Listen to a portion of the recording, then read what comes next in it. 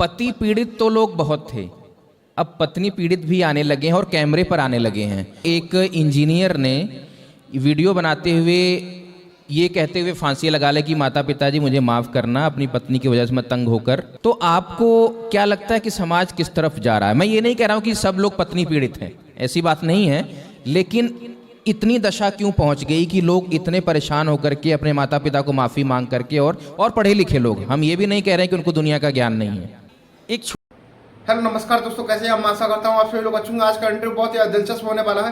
पुरुषों पर अत्याचार को लेकर जब गौरी गोपाल जी से सवाल किया तो गौरी गोपाल जी ने पुरुषों पर अत्याचार को लेकर क्या जवाब दिया, जानने के लिए बने रहे हमारे साथ लास्ट तक। इंटरव्यू बहुत ही धमाकेदार होने वाला है।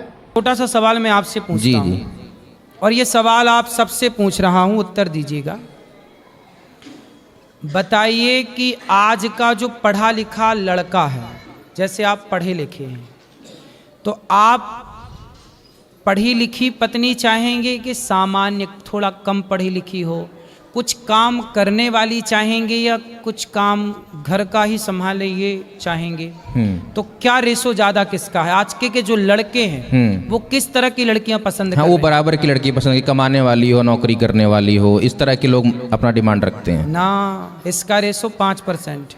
अच्छा, आजकल जो समझदार लड़के होंगे, लड़के चाहेंगे कि मैं तो कमा ही रहा हूँ, मैं तो कार्य कर ही रहा हूँ।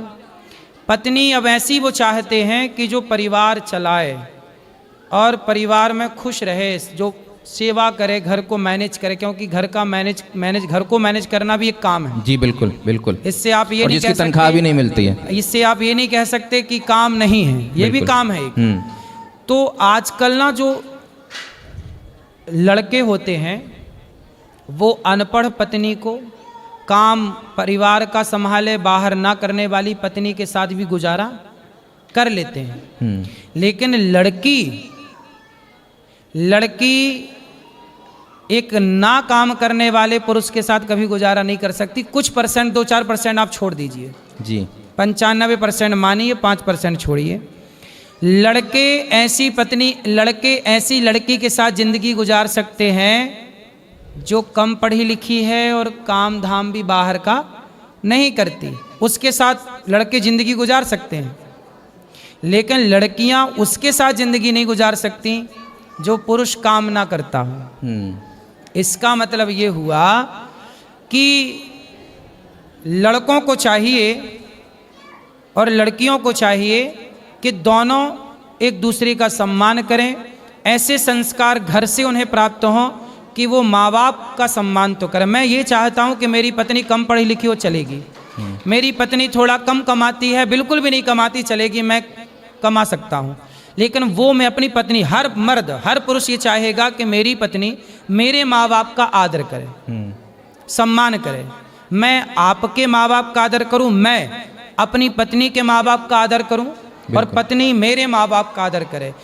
आप सब ऐसी पत्नी लाइएगा, कह के लाइएगा, एग्रीमेंट के साथ लाइएगा कि तुझे मेरे माँ बाप की सेवा करनी पड़ेगी, मैं तेरे माँ बाप का सम्मान करूँगा, तुम मेरे माँ बाप का सम्मान। हम तो कहते हैं शादी के पहले एक एग्रीमेंट कर लेना चाहिए, वरना आजकल क्या लड़कियां कह रही हैं कि नहीं हम तुम्हारे माँ के साथ नहीं रहेंगे, शादी हुई सीधा फरार होती हैं, हमें माँ के साथ नहीं रहना, तुम्हारी हमें सास पसंद नहीं है। महाराज जी, बहुत सारी लड़कियों की आपकी बात पसंद नहीं आएगी तब। अरे भाई, सत्य पसंद आए ना आए पर सत्य तो है, ये जमाने का रेशो है ना भाई। बैकग्राउंड में माँ है, पिता है, सबको लेके चलना पड़ता है ना। दाल में स्वाद आता है तो केवल नमक से नहीं आता, या दाल का स्वाद दाल से ही नहीं आता, अन्य चीज़ों की आवश्यकता पड़ती है। ऐसे रिश्तों को स्वादिष्ट बनाने के लिए पति पत्नी तो चाहिए, पर दादा दादी भी चाहिए, माता पिता भी चाहिए, भाई बहन भी चाहिए, बच्चे बेटा बेटी भी चाहिए। तो ये हरा भरा परिवार होना चाहिए, और ये हरा भरा परिवार बनाने के लिए आपको चाहिए कि लड़की ऐसी हो जो अपने सास ससुर को भी लेकर चले, दो बात सुनकर चले।